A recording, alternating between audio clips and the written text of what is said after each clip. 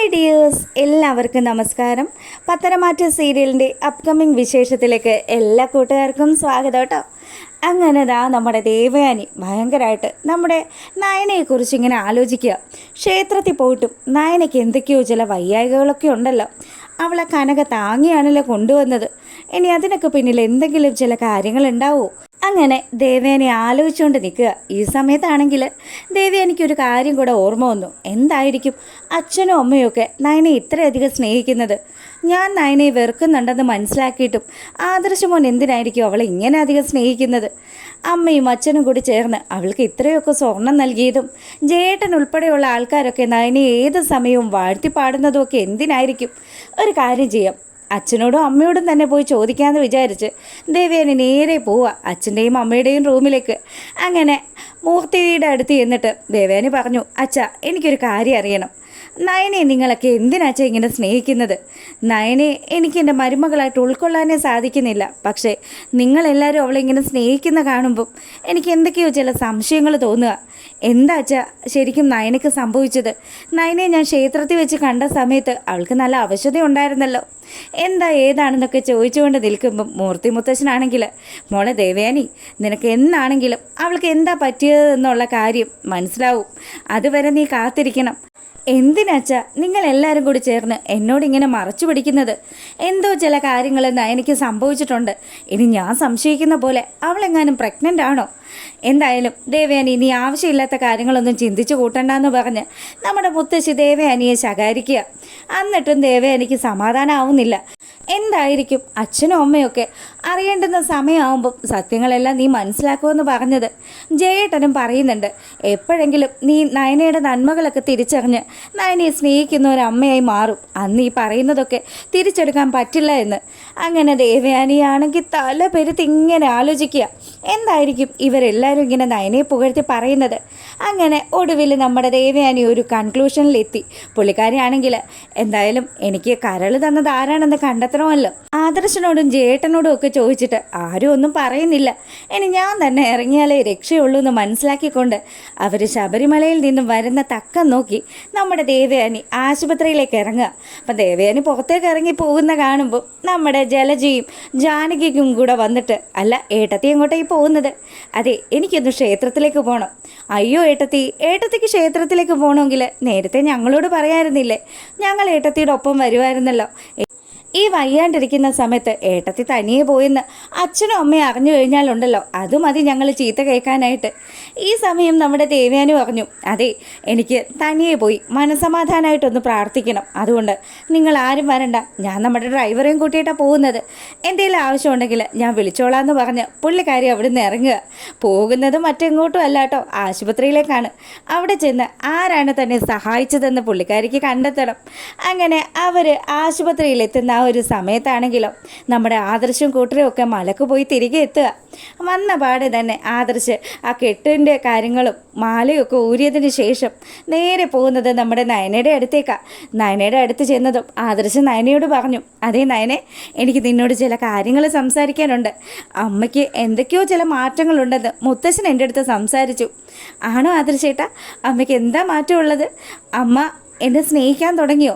അങ്ങനെയൊന്നും ഇല്ലെങ്കിലും അമ്മയ്ക്ക് എന്തൊക്കെയോ ചില മാറ്റങ്ങളുണ്ട്. നിന്നെക്കുറിച്ച് കൂടുതലായിട്ട് അറിയാനൊക്കെ അമ്മ മുത്തശ്ശൻ്റെയും മുത്തശ്ശിയുടെ അരികിൽ ചെന്നെന്നൊക്കെയാണ് പറഞ്ഞത്. എന്തായാലും അമ്മ നിന്നെ കാണാൻ വരുമായിരിക്കും, അമ്മ നിന്നെ വിളിക്കുമെന്നൊക്കെ പറഞ്ഞ് ആദർശ് വലിയ താല്പര്യത്തോടു കൂടി സംസാരിക്കുക.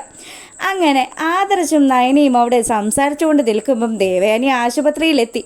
അവിടുത്തെ റിസപ്ഷനിൽ അവളെ നോക്കി ആ ഒരു നേഴ്സ് നിൽക്കുന്നത് കണ്ടപ്പം വേഗം നേഴ്സിൻ്റെ അടുത്തേക്ക് ചെന്നു. അതെ, എനിക്ക് വേണ്ടി ഒരു സഹായം ചെയ്തു തരാമോ? എന്താ മേഡത്തിന് എന്ത് പറ്റി? ചെക്കപ്പിനെങ്ങാനും വന്നതാണോ? അല്ല, എനിക്ക് വേറെ പ്രോബ്ലം ഒന്നുമില്ല. ഞാൻ വന്നതേ എനിക്ക് കരൾ തന്നത് ആരാണെന്നൊന്ന് അറിയണം. അയ്യോ മേഡം, അത് വളരെ സീക്രട്ടായിട്ട് വെക്കണമെന്ന് പറഞ്ഞ കാര്യമാണല്ലോ. ഞാനെങ്ങാനും അത് മേഡത്തോട് പറഞ്ഞാൽ ഇവിടുത്തെ മാനേജ്മെൻറ്റുകാരറിഞ്ഞാൽ അത് വലിയ പ്രശ്നമാവും മേഡം. എൻ്റെ ജോലിയെ വരെ ബാധിക്കും. അതുകൊണ്ട് മേഡം എന്നെ ബുദ്ധിമുട്ടിക്കല്ലേ. ദേവയാനിയുടെ നിർബന്ധം സഹിക്കാൻ പറ്റാണ്ട് ആ നേഴ്സാണെങ്കിലോ, ശരി മേഡം അറിഞ്ഞ വിവരങ്ങളൊന്നും പുറത്തു പറയരുത്. എൻ്റെ ജോലി പോകുന്ന പോകുന്ന കേസാണ്. അതുകൊണ്ട് മേഡത്തിന് ആരാ കരൾ തന്നതെന്നുള്ളത് ഞാനൊന്ന് നോക്കിയിട്ട് പറയാമെന്ന് പറഞ്ഞ് പുള്ളിക്കാരി അവിടെ മുഴുവനും ഈ ഒരു ഫയൽ ചെക്ക് ചെയ്തുകൊണ്ടിരിക്കുക. ഈ സമയം നമ്മുടെ ദേവയാനി വളരെ ആകാംക്ഷയോടുകൂടി അവിടെ ഇങ്ങനെ നോക്കി നിൽക്കുക. അങ്ങനെ ആ നേഴ്സ് ആ ഫയൽ എടുത്തുകൊണ്ട് വന്നതും, മേഡത്തെ സഹായിച്ചത് ഒരു നയന ആദർശാണ്. അതും മേഡം അഡ്രസ്സ് മുഴുവനും മേഡത്തിൻ്റെതാണല്ലോ. അപ്പം മേഡത്തിൻ്റെ മരുമകളാണോ ഈ നയന എന്ന് പറയുന്ന കുട്ടി? നയന എൻ്റെ മരുമകളാണ്. നയനയാണ് എന്നെ സഹായിച്ചതല്ലേ? എനിക്ക് സംശയം ഉണ്ടായിരുന്നു. അങ്ങനെ വികാരഭരിതയായിട്ട് നമ്മുടെ ദേവയാനി ആ ആശുപത്രിയിൽ നിന്ന് ആ നേഴ്സിൻ്റെ അടുത്ത് ഇങ്ങനെ സംസാരിക്കുക. ഇതൊക്കെ കേട്ട് കഴിയുമ്പോഴത്തേക്കിനും ശരിക്കും ആ നേഴ്സാണെങ്കിലോ, മേഡം ഇനി ഈ കാര്യങ്ങളൊന്നും മേഡം പോയി മേഡത്തിൻ്റെ മരുമകളോട് പറയരുത്. അവർ ഇത്രയും സീക്രട്ടാക്കി വെക്കണമെങ്കിൽ അതിന് പിന്നിൽ എന്തെങ്കിലും കാര്യം കാണില്ലേ? അതുകൊണ്ട് മേഡം, എൻ്റെ ജോലി പോകുന്ന കേസാണ്. ദയവ് ചെയ്ത് മേഡം ഈ വിവരങ്ങളൊന്നും പോയി വീട്ടിൽ പോയി ആരോടും സംസാരിക്കരുത്. ഈ സത്യങ്ങൾ മേഡം അറിഞ്ഞു എന്ന് മാത്രം ആരെങ്കിലും അറിഞ്ഞു കഴിഞ്ഞാൽ പിന്നെ എൻ്റെ പണി പോവും. അതുകൊണ്ട് മേഡം എപ്പോഴും ആ ഒരു ചിന്ത ഉണ്ടാവണം കേട്ടോ എന്ന് പറഞ്ഞു. ദേവേനെയാണെങ്കിൽ നിങ്ങൾ വിഷമിക്കുകയൊന്നും വേണ്ട. ഇനി എന്തായാലും നിങ്ങൾക്കിതിൻ്റെ പേരിൽ ഒരു പ്രശ്നം ഉണ്ടാവില്ല. അപ്പം ഇത്രയും കാലവും ഞാൻ എന്തിൻ്റെ പേരിൽ അഹങ്കരിച്ചുകൊണ്ടിരുന്നത്? എൻ്റെ മരുമകൾ തന്ന ദാനമാണ് എൻ്റെ ജീവിതം എന്നൊക്കെ ആലോചിച്ചുകൊണ്ട് ദേവയാനിയാണെങ്കിലോ മനസ്സമാധാനം ഇല്ലാണ്ടിരിക്കുക.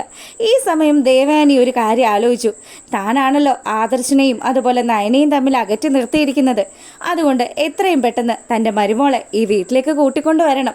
ഇത്രയും നന്മയുള്ളൊരു പെൺകുട്ടിയെ താനായിട്ട് ഒരിക്കലും വിട്ടുകളയരുതെന്ന് മനസ്സിലാക്കി ദേവയാനി നമ്മുടെ നയനയെ കൂട്ടാനായിട്ട് നയനയുടെ വീട്ടിലേക്ക് വരിക.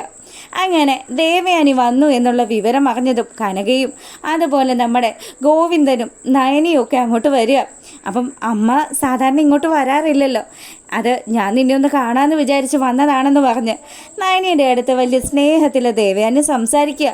ദേവയാനിയുടെ മനംമാറ്റം കാണുമ്പോഴത്തേക്കിനും കനകയ്ക്ക് ചെറിയ സംശയം, ഇവരിനി അടുത്ത എന്തെങ്കിലും നമ്പറുമായിട്ട് വന്നതാണോ? ഇനി തൻ്റെ മകളെയും ആദർശനെയും തമ്മിൽ എന്നേക്കുമായിട്ട് പിരിക്കാനുള്ള കാര്യങ്ങളുമായിട്ട് വന്നതാണോ എന്നൊക്കെ പേടിയായി. അത് നിനക്ക് എന്താ ആവശ്യത നയനെ? നിൻ്റെ മുഖത്ത് നല്ല ക്ഷീണമുണ്ടല്ലോ. ദേവയാനിയുടെ ഈ ചോദ്യങ്ങളൊക്കെ കേട്ടപ്പം നയന പറഞ്ഞു, അതെ അമ്മേ, എനിക്ക് ചെറിയ ബ്ലഡിൻ്റെ പ്രശ്നങ്ങളും അതുപോലെ പനിയൊക്കെ ഉണ്ടായില്ലേ, അതിന് ഞാൻ ട്രീറ്റ്മെൻറ്റിലൊക്കെ ആയിരുന്നു. അതിൻ്റെ ക്ഷീണമാണ്, അല്ലാതെ എനിക്കെന്താ പ്രശ്നം? എന്തിനാ നയനെ നീ എന്നോട് ഇനിയും കള്ളത്തരം പറയുന്നത്? ഇത്രയും കാലവും നിങ്ങളെല്ലാവരും കൂടി ചേർന്ന് എന്നിൽ നിന്നൊരു സത്യം മറച്ചു വെച്ചില്ലേ? ഞാൻ ഏറ്റവും അധികം വെറുക്കുന്ന എൻ്റെ മരുമകളാണ് ഇന്ന് ഞാൻ ഈ കാണുന്ന രീതിയിൽ ഇവിടെ ഇങ്ങനെ ജീവിക്കുന്നുണ്ടെങ്കിൽ അതിന് കാരണക്കാരിയായതെന്ന്. എന്തായാലും ഇങ്ങനെ ഒരു ചതി ആരും എന്നോട് ചെയ്യുമെന്ന് സ്വപ്നത്തിൽ പോലും ഞാൻ കരുതിയില്ല എന്ന് ദേവയാനി പറയുക. അപ്പോൾ ഇത് കേട്ടതും നമ്മുടെ കനകയാണെങ്കിൽ, അയ്യോ അങ്ങനെയൊന്നും പറയരുതേ മോള്, അങ്ങനെ ഒരു കാര്യം വിചാരിച്ചിട്ടല്ല ദേവയാനിയെ സഹായിച്ചത്. എൻ്റെ മോള് ഒരിക്കലും നിങ്ങളെ ആരെയും ഒരു രീതിയിലും ദ്രോഹിച്ചിട്ടില്ല. അവൾ അനന്തപുരിയിലുള്ള ആൾക്കാരെയൊക്കെ സ്വന്തക്കാരായിട്ട് മാത്രമേ കണ്ടിട്ടുള്ളൂ എന്ന് ജലജ പറയുക. അങ്ങനെ നമ്മുടെ ദേവയാനി നയനയ്ക്ക് മുന്നിൽ മുട്ടുമടക്കുന്നു. നയനയുടെ ആ ഒരു സ്നേഹത്തിന് മുന്നിലും കരുതലിന് മുന്നിലും നമ്മുടെ ദേവയാനി അടങ്ങുകയാണ്. എന്തായാലും നയനയെ തിരികെ കൂട്ടിക്കൊണ്ടു പോകണം എന്നുള്ള കാര്യം നമ്മുടെ ഗോവിന്ദൻ്റെയും കനകയുടെയും അടുത്ത് പറഞ്ഞതിന് ശേഷം നയനയോടും ഈ വീട്ടുകാരോടൊക്കെ ഞാൻ ഒരുപാട് തെറ്റുകൾ ചെയ്തിട്ടുണ്ട്. നിങ്ങളെല്ലാവരും എന്നോട് ക്ഷമിക്കണം. ഇനി ഒരിക്കലും ഞാൻ എൻ്റെ മരുമകളായിട്ടല്ല കാണുക, സ്വന്തം മകളായിട്ടായിരിക്കും എൻ്റെ ആദർശം അതുപോലെ എൻ്റെ ജയേട്ടനും മുത്തശ്ശനും അമ്മയും എല്ലാവരും പറയുന്നത് പോലെ തന്നെ ഇനി ഞാൻ എൻ്റെ മോളായിട്ട് തന്നെ ഈ പൊന്നുമോളെ കണ്ടോളാമെന്ന് പറഞ്ഞ് നമ്മുടെ നയനയോട് വേഗം റെഡിയായി വരാൻ പറയുക. അപ്പം നയനയ്ക്ക് വലിയ സന്തോഷമായിട്ടോ. നയന ആഗ്രഹിച്ചതാണ് നമ്മുടെ ദേവയാനി എന്നെങ്കിലും നയനയെ സ്നേഹിക്കുന്ന ആ ഒരു കാഴ്ച. അങ്ങനെ ദേവയാനി നയനയും കൂട്ടിയിട്ട് ആ വീടിൻ്റെ പടിയിറങ്ങുക. ഈ സമയമാണെങ്കിൽ ഗോവിന്ദനും കനകയും വളരെ സന്തോഷത്തോടു കൂടി തന്നെ നമ്മുടെ ദേവയാനിക്കൊപ്പം നയനയെ യാത്രയാക്കുക. അങ്ങനെ ഇവർ നേരെ അനന്തപുരിയിലെത്തി. അപ്പം മരുമകളെയും കൂട്ടിക്കൊണ്ടുവരുന്ന അമ്മായിയമ്മയെ കാണുന്ന സമയം അനാമിക എന്ന് പറയുന്ന താടകയ്ക്ക് ശരിക്കും നല്ല ദേഷ്യമൊക്കെ വരുന്നുണ്ട്. അനാമികയാണെങ്കിലോ, എന്താ വല്യമ്മ ഈ കാണിച്ചിരുന്നത്? അല്ല, ഇവളെ എന്തിനാ ഇങ്ങോട്ട് കൂട്ടിക്കൊണ്ടു വന്നത്? അതെ, അവൾ ഇവിടുത്തെ മരുമകളാണല്ലോ, അതുകൊണ്ട് തന്നെ അവളെ ഈ വീട്ടിലല്ലാതെ പിന്നെ ഏത് വീട്ടിലാണ് നിർത്തേണ്ടത്? വല്യമ്മയ്ക്ക് വിഷം കലക്കി തന്നത് ഇവളല്ലേ? അങ്ങനെയുള്ള ഇവളെ എന്തിനാ വല്യമ്മ ഇങ്ങോട്ട് വീണ്ടും കൊണ്ടുവന്നത്? വല്യമ്മയുടെ ജീവിതം വെച്ചാൽ വല്യമ്മ ഈ കളിക്കുന്നത്. മോളെ അനാമികയെ, വല്യമ്മയ്ക്കറിയാം ആരാണ് നല്ലതെന്നും ആരാണ് ചീത്തയെന്നും ആരൊക്കെയാണ് കണ്ണി പൊടിയിട്ട് ജീവിക്കുന്നവരെന്നും. എന്തായാലും ഞാനും പലതും കണ്ടും കേട്ടും തന്നെയാണല്ലോ നിൽക്കുന്നത്. അങ്ങനെ ദേവയാനി നേരെ അച്ഛൻ്റെ അടുത്തേക്ക് പോയി. അച്ഛാ, ഇത്രയും കാലവും ഞാൻ ചെയ്തൊരു തെറ്റ്, നമ്മുടെ നയനയെ അകറ്റി നിർത്തിയ ആ ഒരു തെറ്റ്, അത് ഞാൻ തിരുത്തുകയാണ്. നയന എന്ന് പറയുന്ന മോളുടെ ആ ഒരു മഹത്വം മനസ്സിലാക്കാനായിട്ട് അത്രയും വിശാലമായ ഒരു മനസ്സൊന്നും അല്ലായിരുന്നു അച്ഛാ എൻ്റെത്. എനിക്ക് അങ്ങനെയുള്ളൊരു അപകടം പറ്റിയതിന് ശേഷമാണ് എന്നെ സഹായിക്കാനുള്ള മനസ്സ് നയന കാണിച്ചത്. നയനെ പോലെയുള്ള ഒരു മരുമകൾ നമ്മുടെ വീടിന് ചേർന്നത് തന്നെയാണ്. ഇനി ഒരിക്കലും ഞാൻ എൻ്റെ നയനമോളെ തള്ളി പറയില്ലച്ചാ. എൻ്റെ നയനയ്ക്കും ആദർശനും നല്ലൊരു ജീവിതം ഉണ്ടാകാൻ വേണ്ടിയിട്ട് ഞാൻ എന്നും പ്രാർത്ഥിക്കുമെന്ന് മൂർത്തിയോട് പറയുക.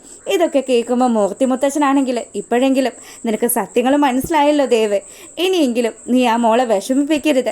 ഇനിയുള്ള കാലം അവളോട് സന്തോഷത്തോടും സമാധാനത്തോടും കൂടി ഈ അനന്തപുര തറവാട്ടിൽ ജീവിക്കാനുള്ള അവസരം നീ ഒരുക്കി കൊടുക്കണമെന്ന് പറയുക. അപ്പോൾ ഇഷ്ടമായാൽ ലൈക്ക് ചെയ്യാൻ മറക്കരുത്. അപ്പോൾ ഓക്കെ, താങ്ക്